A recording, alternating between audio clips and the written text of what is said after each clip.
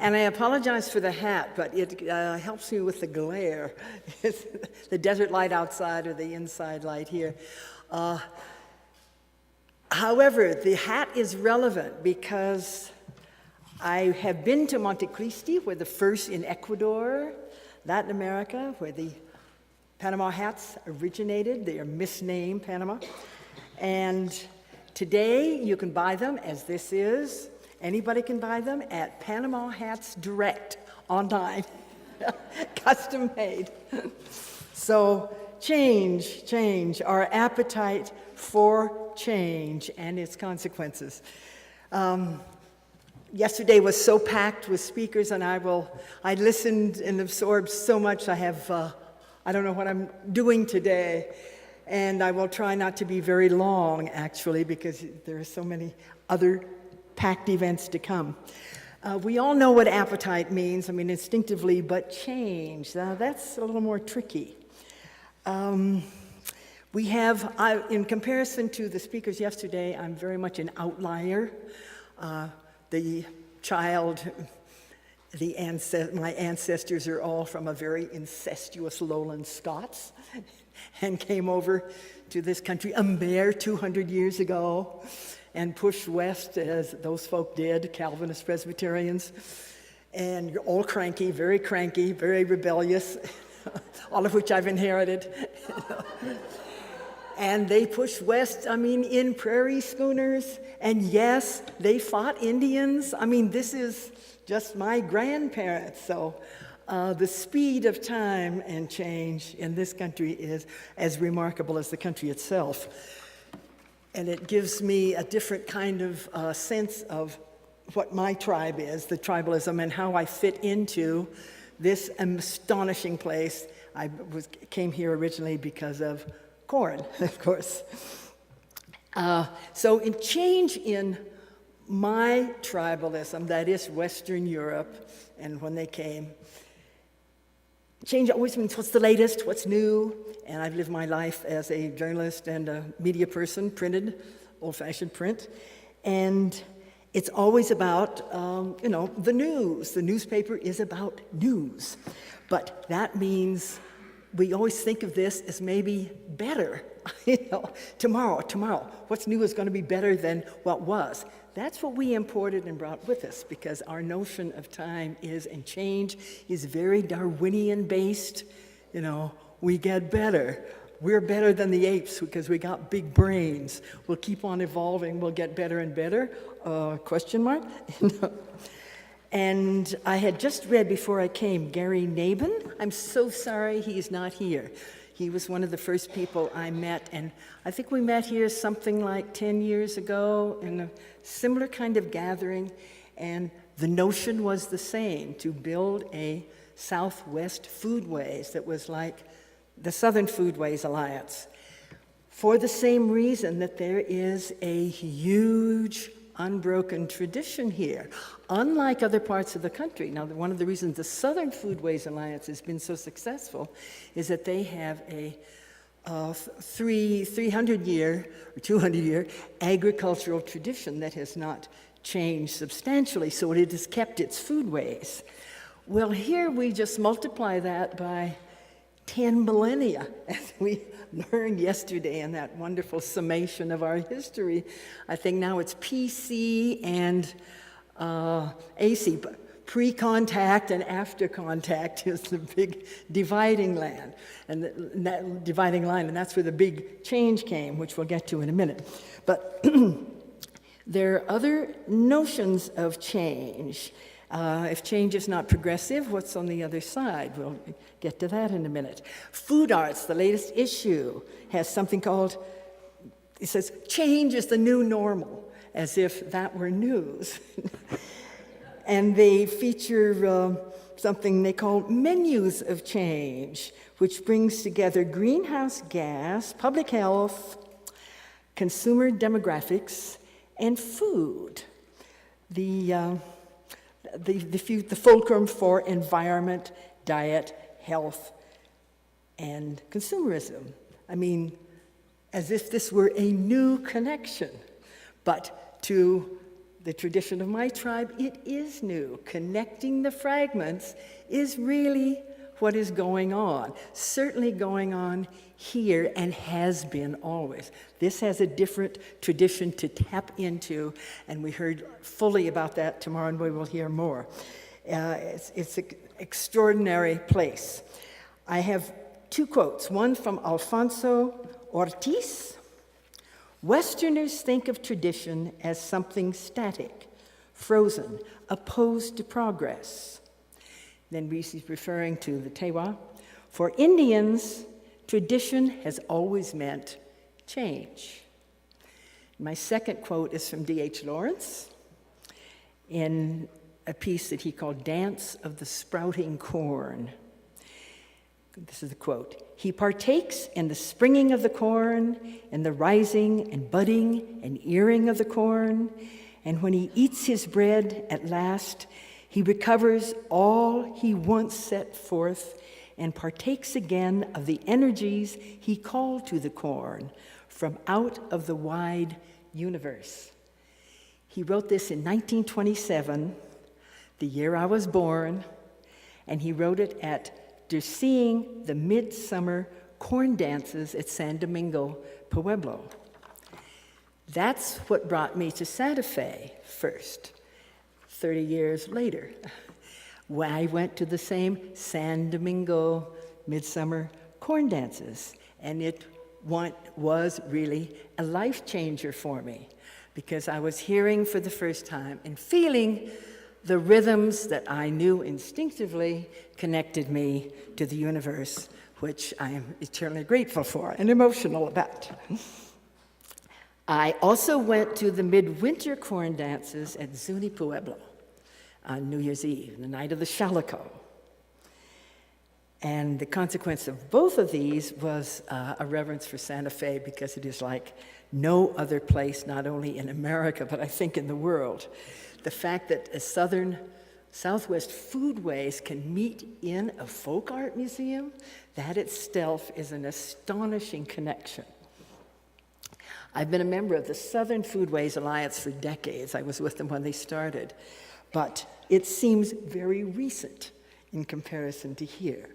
And we have all this energy of 10,000 years to tap into.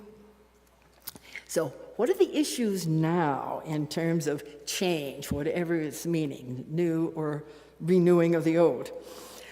The digital exchange. In such a world, I know my place. I'm a dinosaur on my way out and trying desperately to keep one toehold in a universe I will never understand and don't hope to, but I know it's here and I'm in the middle of it. And I'm an image person, so if only I had a PowerPoint, I could show you this. But I came across this image as I was thinking of what to say, and I thought, oh, that's it. This is the digital world. I don't know if you can see this, but this is a huge mouth, an enormous maw, M-A-W. And so we get the sets of teeth, you see the tongue in the middle, and here's the little human being in a kind of yoga pose in front. And the article is about dealing with digital cruelty. And this is about what happens when online you can say absolutely anything to anybody, about anybody, and you immediately have an audience. Your voice is as good as anybody else's, or as bad as. This is a new human development with extraordinary consequences. So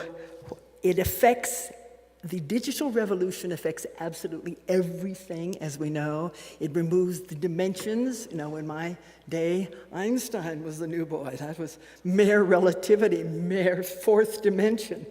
Now we've gotten rid of dimensionality altogether. The nature of space has changed. The nature of time has changed. Let's begin with space. You know, in this kind of space, what is our place? America, historically, from the point of view of the old world, was the big empty. You know, the nature of America's space is, even today, big. We are characterized by big. that matters. It means we have extremes of geography, we have extremes of culture, and we are always dealing with geopolitics. We've got deserts, we've got the equivalent of the Sahara Desert, we've got the equivalent of Northland woods, we've got swamps in Florida, we have the weather extremes of tornadoes and hurricanes and blizzards and, snow and ice and swamps. All of those somehow are have to fit together into one country. What that results in is an enormous need for mobility. That's been of great advantage to people like my ancestors. You could keep moving and keep on going west and end up in California, where there were oranges all season long. Winter oranges, so that for these farmers, got rid of seasonality and the cycles. What are the nature of our peoples in this great big space? Hybrid. We are a uniquely hybrid mixture, if you think of the whole of America. Immigrants pouring in from all sides, and thank God, let it remain. Let the change keep happening that way. Native Americans are unique in that their roots go so deep and so long in a relatively single place. What is the action conditioned by this space? Movement, culture clash, speed, the need for speed, and violence. This is all part of the history of being big. What are the results? A kind of pluralism and the struggle for unity. When we have localism, we have extreme localism. And particularly now, we've got a great fracturing into a kind of new tribalism. Very much a new tribalism politically, Tea Partyism and militias and anti-feds, and these things go in waves. We have extreme mass media. If you're not a celebrity, who are you? You don't exist. If you don't have a public face, a public voice on YouTube or blogging or, who are you? We also characteristic of my tribe, bringing what it brought, is a worldview of duality. I love the quote yesterday about spirit as opposed to body. That was the Wikipedia definition. Definitely an old world, Western civilization, European civilization view. The body opposed to spirit. Putting those things together is not instinctive to that world. So the old world culture is binary. It's the way we think and feel. It's the way I was brought up. Heaven or hell, saved or damned. There's nothing in between. It's that whole world of evangelicalism. That means the body gets short shrift in such a world. So who was the person yesterday who said, we are our bodies? Yeah. Our history, the colonials, my kind of colonials, is it really, it's the British tradition as opposed to the Spanish. The British tradition believed in racial purity. They did not interbreed. So they annihilated natives rather than intermarrying them, as they did in Mexico. That's not necessarily a good idea. They worshipped cowboys, not Indians. Those were the barbarics. And we didn't just create machinery when we brought in the machine at the beginning of the Industrial Revolution in America, or just let's state in the 1820s. We worshipped it. We still worship the machine. We worship the mechanic metaphors. This is the basis when we say food chain. What's that? An image of iron, a chain, a mechanical chain. Our food chain went this way industrially. We are unique in that we are the only culture in the world to have fully industrialized an organic plant, corn. We have turned corn into petroleum. We are totally petroleum dependent, so what do? We raise more corn in order to make ethanol. Does that make any sense? It's a kind of recycling, but maybe this is the wrong circle. I love the contrast of circle and triangle. Circling with corn, the corn oil connection is complete. And treating corn as a commodity is part of our ingrained history, but it's only 200 years old. To people who aren't used to thinking of history at all, that's a long time. To us here, that's an eye blink. After World War I and II, machines took off because we geared up for our first mechanical wars. And this nitrate fertilizer and the excess of it, because nitrate was used for bombs, etc. So with all that nitrate fertilizer, what are you going to do? You're going to plant more corn and more corn. And my family would have been corn farmers in Nebraska before they moved to California, but they were always farmers plus, doctors or ministers or school teachers, and traveling around, all of those people. My grandfather became the first osteopathic doctor to practice in Greeley. That's the crankiness side, Established medicine, no, I'm going to do it my way. And osteopathic was once, revolutionary change. The first half of last century belonged to the startup of the machine. The last half of the last century, we became a superpower. And that's really very recent, and that happened after World War II. Why does that matter? Because we went from extreme isolationism, as my parents, I had no idea who Hitler was or why we were fighting over there. We went from that to, we're controlling the world. And we did that in really 60 years. I mean, that's a short time. We have already peaked on that, and I think that's one of the reasons people are so afraid now in America and building against the borders and building all these walls, because yes, we are losing power.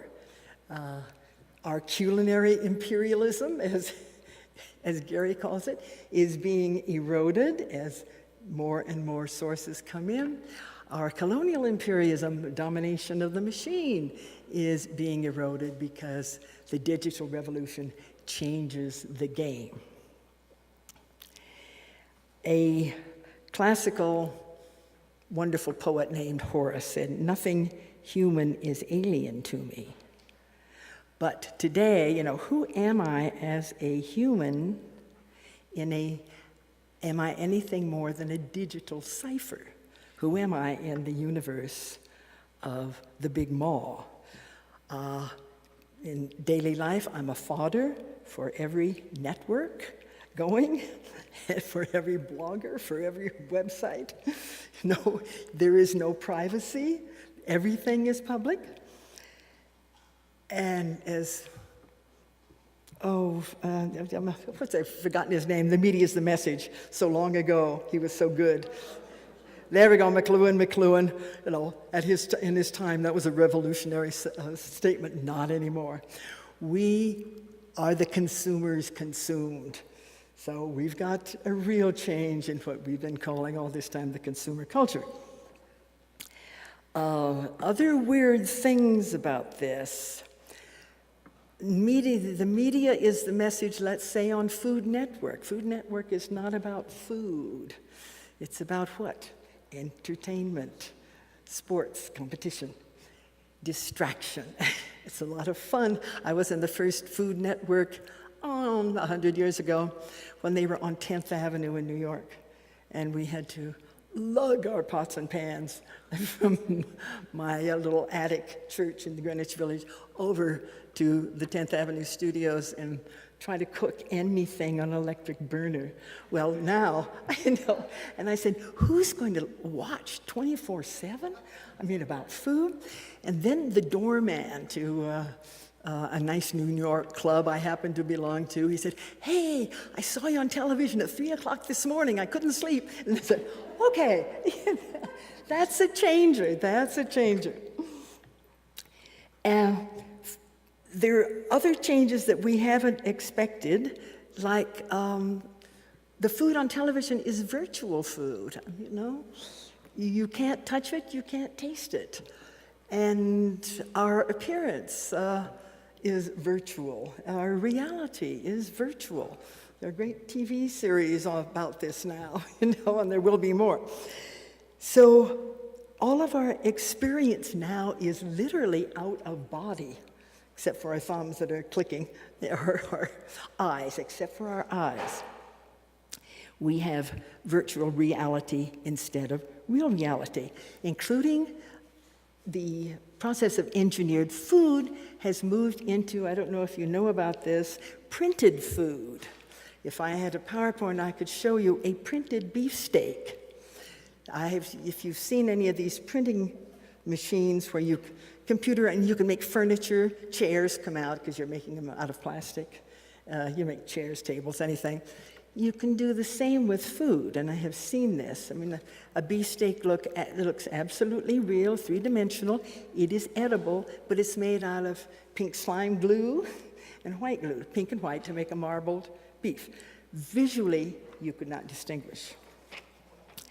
So, also interestingly, food is the going metaphor for contemporary physics. This is that image of the maw. This is called the appetite of the iCloud. And there were headlines a year ago on a website called www.space.com online. Headlines: Milky Way's giant black hole spits out its food. And it showed an image from the Hubble Space Telescope of infrared emissions, which can be seen only by the gas clouds of matter. That is, those are the infrared emissions that the black hole continually spits out. So try to get your minds around that. But this is the way the talk of physics goes today. The black hole is, the iCloud is part of the black hole. So our entire galaxy is a tiny, tiny spot of light circling the black hole at its center, inside the black hole. Our black hole is called Sagittarius A star, and it contains 4 million suns and their galaxies.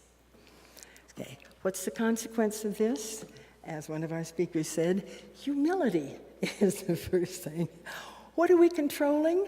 What's controlling us? Who are we? Who the hell are we? You know, and where are we? And what are we? And what are we doing? These are all really good questions, and they're coming up very primally. I love the metaphor of chefs. Our chefs can lead us as cosmonauts. You know? Yes, we're all going to need spaceships. And it also may, when we can imagine this universe, but we can't touch and feel it. We can only see symbolic images of it and try to wrap our minds, our imaginations. But what I love is it brings to the fore imagination and instinct, which have been missing in the controlling culture, in the mainstream culture. Now again, we have a resurgence of connection of a different kind, a sense of place that is totally unlike mainstream British and Spanish, European. We have a sense of time that is essentially about timelessness, and which is, for me, the most exciting thing of all. Lois spoke about Back to the Future, and that's that circle instead of the pyramid.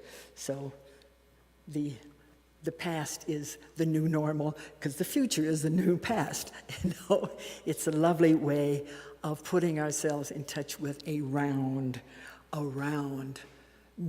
being of which we're part, of light, a tiny, tiny dot. And yesterday there was a corn panel, and next to me was, Winona had brought her little little baby, I don't know, 1.5, 2. And since this is the corn panel, this was about Native attitudes toward corn as a sacred plant, as the root of the universe, the seed of life, the seed of growth, the seed of us, of which we are all made of corn. And I thought, there it is. There is the living seed. And here I am, going out. Here's the new one coming in. Thank you.